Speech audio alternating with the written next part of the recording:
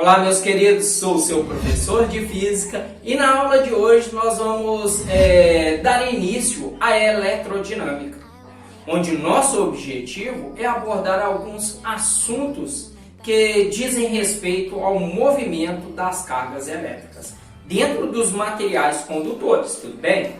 Até o momento, estávamos estudando os elétrons em repouso, que compõem uma parte da física conhecida como eletrostática.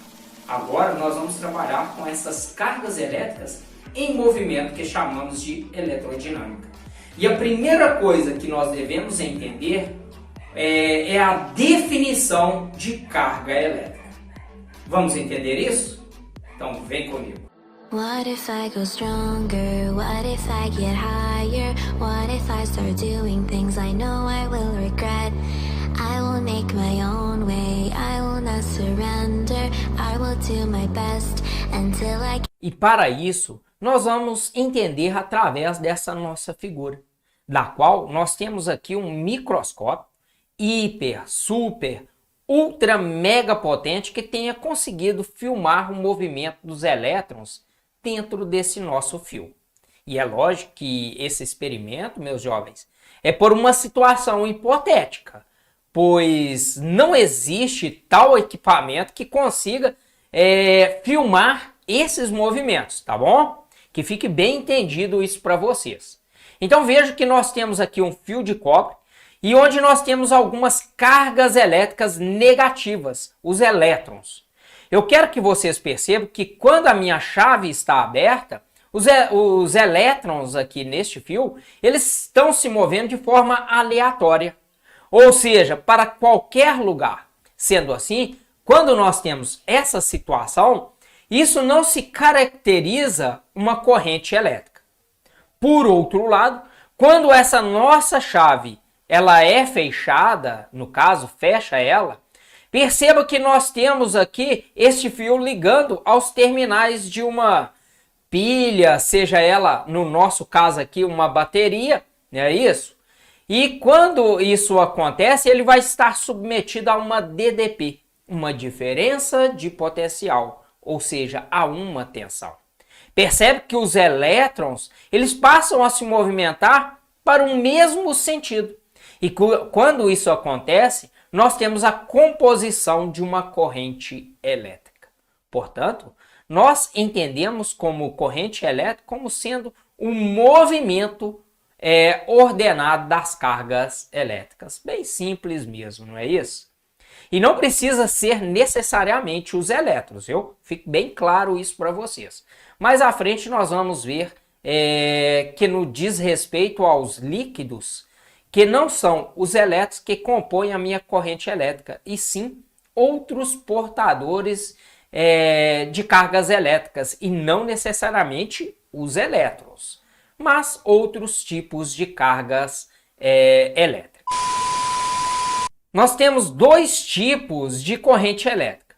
O primeiro deles é o que nós chamamos de corrente contínua, que nos aparelhos elétricos eles podem ser representados pelo símbolo DC. Então, se você abrir a bateria de um celular, você vai ver que ele terá aproximadamente 3,5 volts DC. E este DC, você deve entender que é um termo que representa uma corrente contínua. E podemos definir como um tipo de corrente elétrica em que as cargas elas se movem apenas para um único sentido. É nesse tipo de situação onde todas as cargas vão para o mesmo lugar. Vamos se dizer nesses termos. E onde existe esse tipo de corrente elétrica contínua, Márcio? Simples, pessoal. Nós temos nas pilhas, baterias, são exemplos de corrente contínua. Ao passo que a corrente alternada, ela representa o comportamento completamente que é representado por AC. As cargas elétricas que constituem a corrente, elas se movem em sentidos alternados, sentidos variados, certo? Mas o que significa esses sentidos alternados? Simples. Vejam bem, é uma situação onde as cargas elétricas elas ficam se movimentando para frente e para trás. Ou seja, essas cargas elétricas elas ficam oscilando em torno de uma posição fixa. Isso é o que nós chamamos de corrente alternada. Um exemplo desse tipo de corrente alternada, bem simples mesmo, a própria rede elétrica, da qual ela é alimentada por esse tipo de corrente elétrica, ou seja, uma corrente alternada. Só ninguém quer colaborar comigo, ninguém quer colaborar comigo, todo mundo é contra eu, e da malandragem eu vim de lá, e é desse jeito que é porque é. Embora a corrente contínua, ela desperdiça menos energia do que uma corrente alternada por efeito Joule. Esse efeito Joule ocorre menos intensa na corrente contínua. Ou seja, significa que a corrente contínua é mais eficiente, não desperdiçando tanto energia na forma de calor.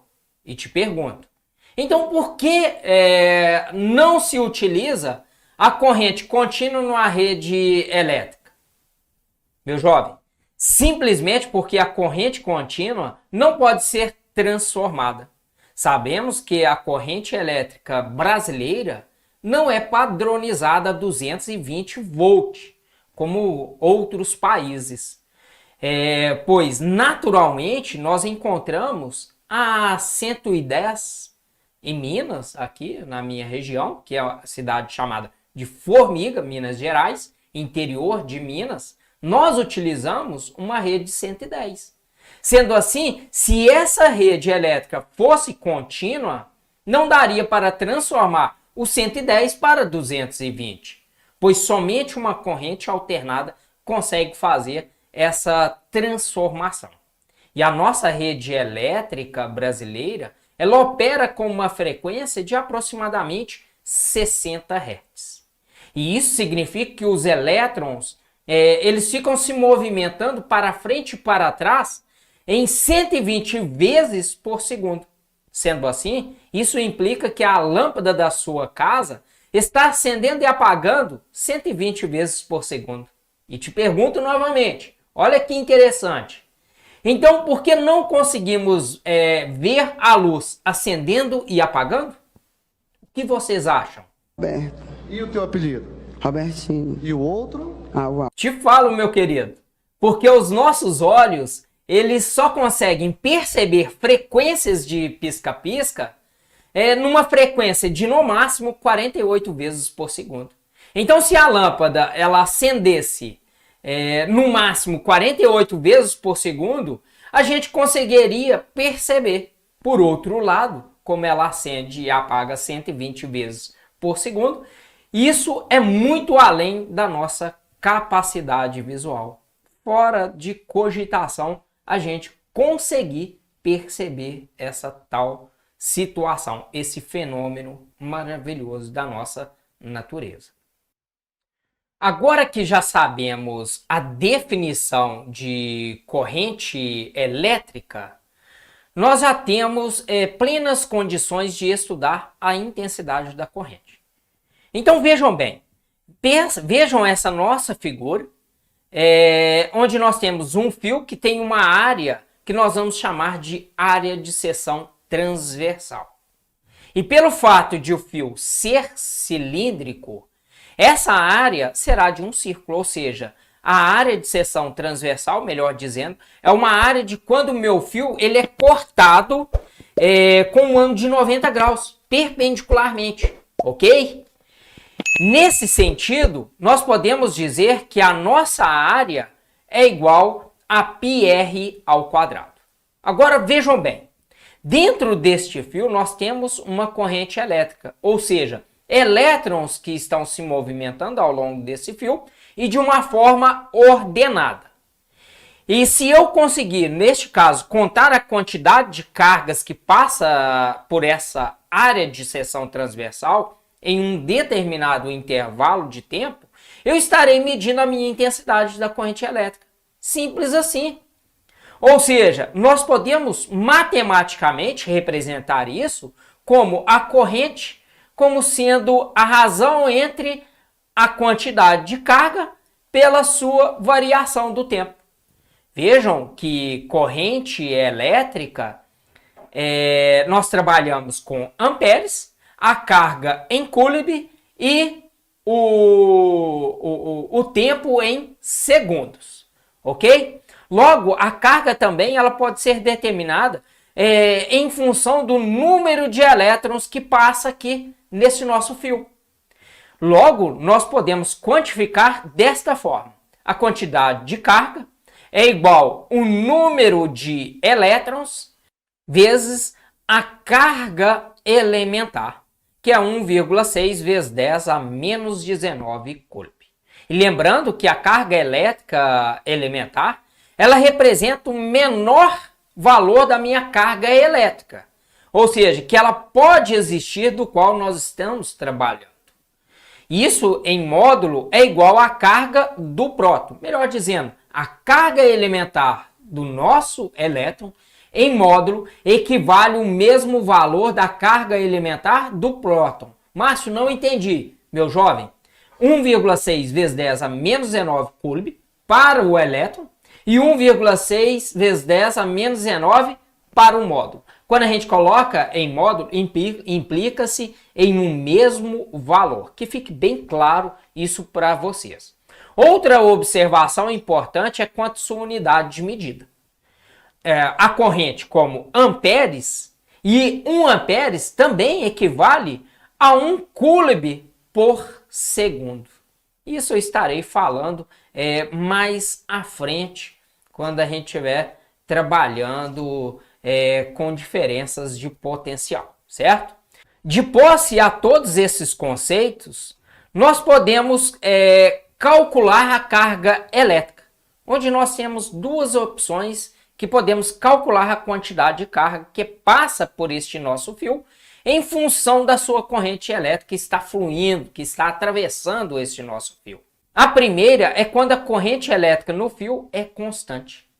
Ou seja, a corrente elétrica não se altera.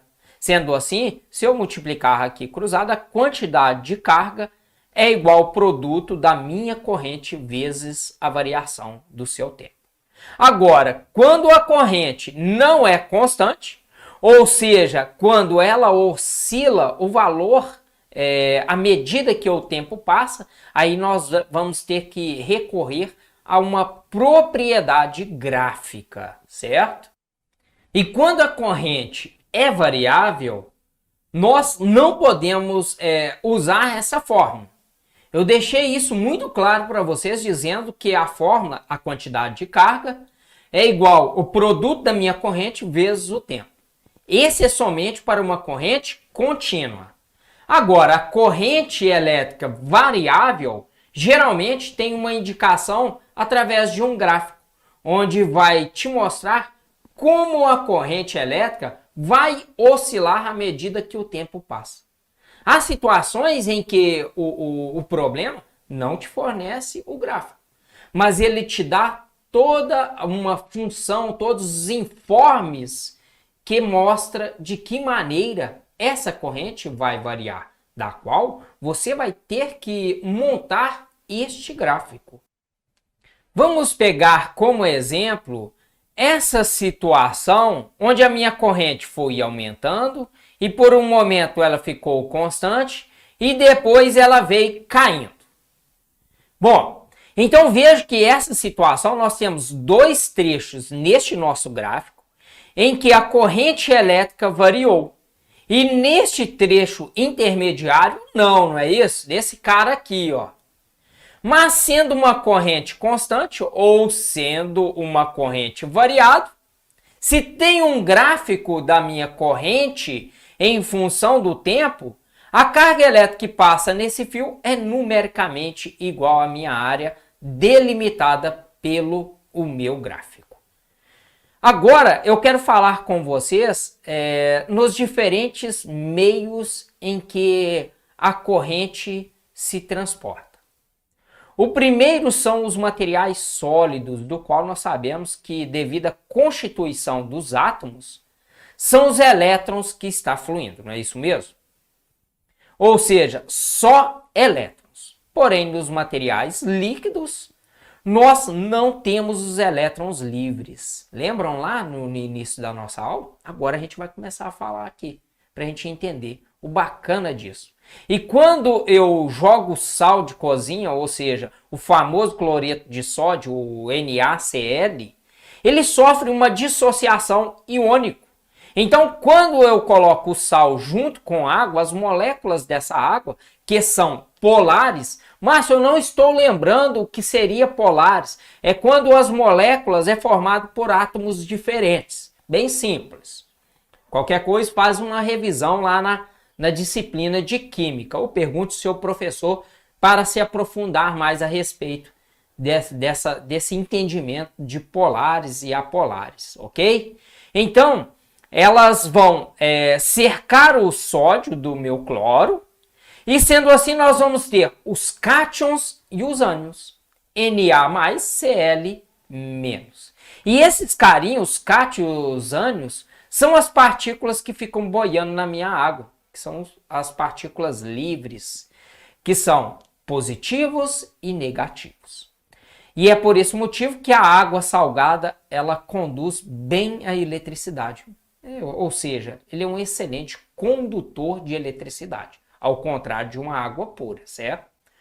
Pois ele está cheio de agentes transportadores de cargas livres para se deslocar de um lado para o outro, de um lado para o outro, nessa brincadeira aí. Então, nos líquidos nós temos a corrente elétrica nos dois sentidos. E nos gases, quando ele conduz a eletricidade, via de regra, elétrons vão para um lado, enquanto os cátions migram para o outro. Um exemplo clássico dos gases é uma lâmpada. Sendo assim, os gases nós temos cátions e elétrons. Agora eu quero te contar uma história de como se chegou o sentido da corrente elétrica. Vejam bem, pessoal, bem legal mesmo, bem bacana. Há uns 200 anos atrás, os caras começaram a fazer um circuito elétrico. Ou seja, eles pegavam os fios condutores e conectavam a uma fonte. Então nós temos um fio condutor e essa região sempre a parte maior, esse cara aqui, ó, ela é a positivo e a parte menor é o negativo. E nós vamos chamar isso de fonte de tensão. Ou seja, é a nossa DDP, diferença de potencial. E quando eles começaram a fazer esses seus experimentos, eles perceberam que tinham materiais que deixavam a corrente elétrica passar com mais facilidade e tinham materiais que ficavam bloqueando essa passagem da corrente elétrica. E é por esse motivo que tem o nome de resistor. Eles perceberam que usando um tipo de fio de cobre e colocando outro tipo de material aqui neste resistor, eles perceberam que o fio começava a esquentar mais do que o cobre. E se ele esquenta mais, meu jovem, é porque na hora em que a corrente elétrica está passando por ele, por esse tipo de material, ele de certa forma gera um atrito na passagem desse elétron e consequentemente gera um calor. Outra coisa importante é que a transformação de energia elétrica em calor, vamos dizer nesses termos, ocorre nos resistores e é chamado de efeito Joule. O que significa efeito Joule? É a transformação da energia elétrica em uma energia térmica. Esses experimentos, ou seja, esses estudos, eles aconteceram há mais de 200 anos atrás. Sendo assim, o homem não tinha o conhecimento de como era um átomo, pois a ideia moderna de átomo ele vem por volta do ano ali de 1900, 1910, com Rutherford. Então os caras daquela época, eles não sabiam o porquê este fio estava esquentando. E como não sabiam dizer o porquê, algum sujeito lá pegou e deu um chute e falou assim, é por causa que essa bolinha pequenininha aqui, ela deve ser o positivo. Olha só, falou deve ser. E no começo as pessoas não tinham a ideia do que era, né, esse positivo, essa bolinha e etc. Aí deram um chute dizendo que eram partículas positivas que caminhavam neste fio. Olha que interessante. Vamos discutir mais isso nos slides. Vem comigo. Vejam que se eu colocar aqui cargas positivas, elas serão atraídas pelo meu polo negativo e essas outras serão repelidas pelo meu polo positivo. E é por isso que o sentido da corrente elétrica é esse sentido anti-horário. Simples assim. E com o passar do tempo, meus jovens, eles perceberam, descobriram que são os elétrons que podem se movimentar no fio. E viram que estavam errados, mas mesmo assim continuam escrevendo errado. Hoje, em pleno ano de 2021, quando eu vou representar uma corrente elétrica num circuito, eu considero que as partículas positivas é que se mexem. Gera uma grande confusão na mente dos meus estudantes, mas com muita luta e sacrifício eu consigo colocar na mente deles que seria um tipo convencional e um tipo real. Vamos entender isso. Então vejam bem, sendo assim, o sentido nesse cara aqui, que é o sentido anti-horário, é o sentido convencional da minha corrente. Enquanto o meu sentido real é o sentido horário. Vamos colocar o sentido real como sendo o dos elétrons e o sentido convencional, o sentido que ficou historicamente enraizado na nossa sociedade para os nossos estudos, que até hoje nós representamos a corrente no sentido errado, que é os positivos. Fiquem atentos a isso, pois no vestibular, no Enem, eles podem te perguntar o sentido real e o sentido convencional. Temos também os instrumentos de medição. O primeiro é o amperímetro, ou seja, um medidor de corrente elétrica, e o voltímetro, que mede a tensão do nosso circuito. Chego aqui no final dessa nossa aula, espero que tenham gostado. Se gostou, novamente, não deixe de deixar o seu like, isso é muito importante para o nosso canal. No mais, o meu muito obrigado, um grande abraço e até a próxima aula.